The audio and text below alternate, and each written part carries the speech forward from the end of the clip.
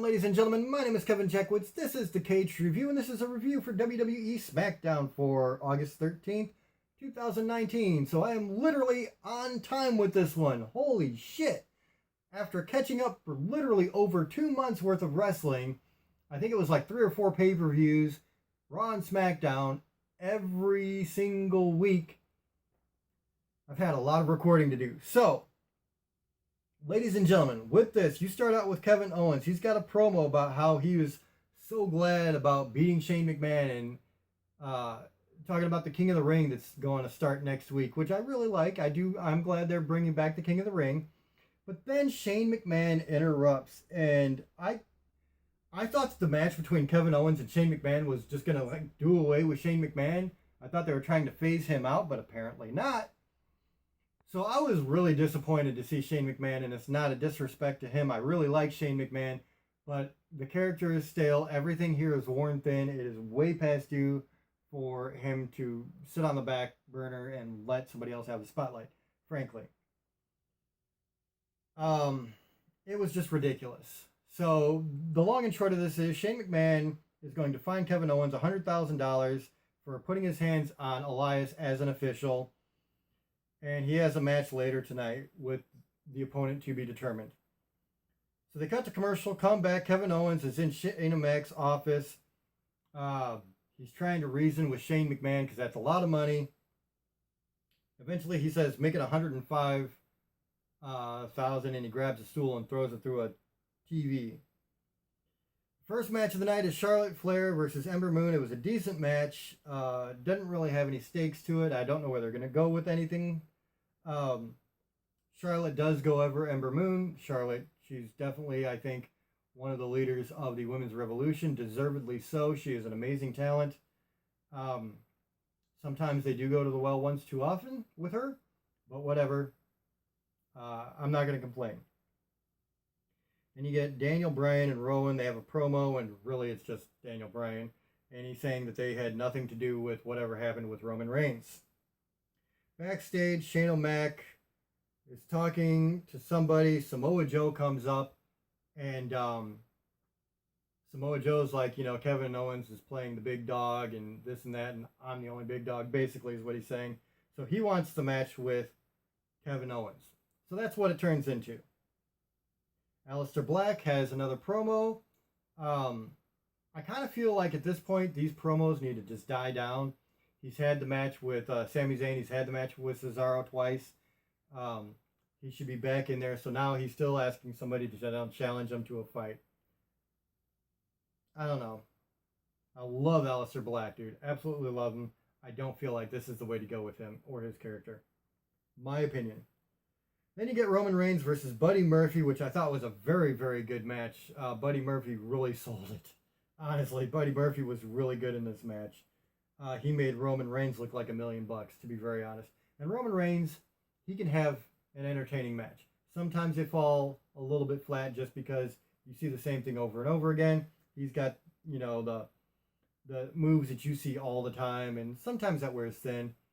But he can still pull off an entertaining match. But Buddy Murphy and him together was really damn good. At the end of the day, Roman Reigns is going to go over. So there you go. Kayla then interviews the Revival backstage, asking them why they challenged the New Day. And they, basically say New Day is making a joke of the tag team division. Same shit they've been doing for a while. Kayla backstage after commercial has a New Day interview, gets their retort, and, explain that they're 6-time champions, not to be taken lightly. Then you get Samoa Joe versus Kevin Owens with Elias as the guest official. And so this is just dumb. This is the whole Shane McMahon thing that you would expect. It's played out. It's done. Elias pulls the referee out of the ring when he's about to count Samoa Joe down. Samoa Joe gets Kevin Owens in a pin. Elias does a real quick count. Samoa Joe wins. Kevin Owens is pissed off. I don't know. I don't know what to say anymore about that. Backstage, you get Daniel Bryan and Rowan. They go into the men's locker room. They tell everybody to leave, of course, except for Buddy Murphy, who is there. So they tell Buddy Murphy to admit he's lying, and they beat him down until he says, fine, I was lying.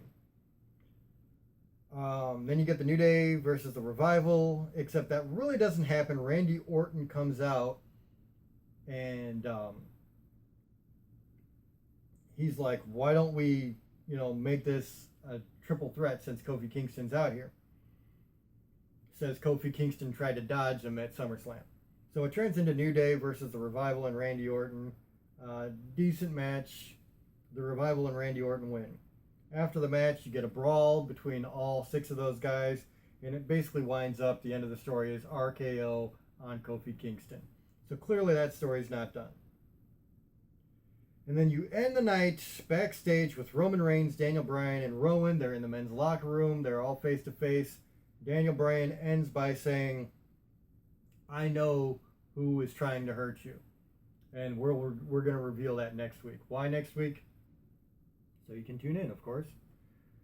So, honestly, man, I felt like this was a bit weak again.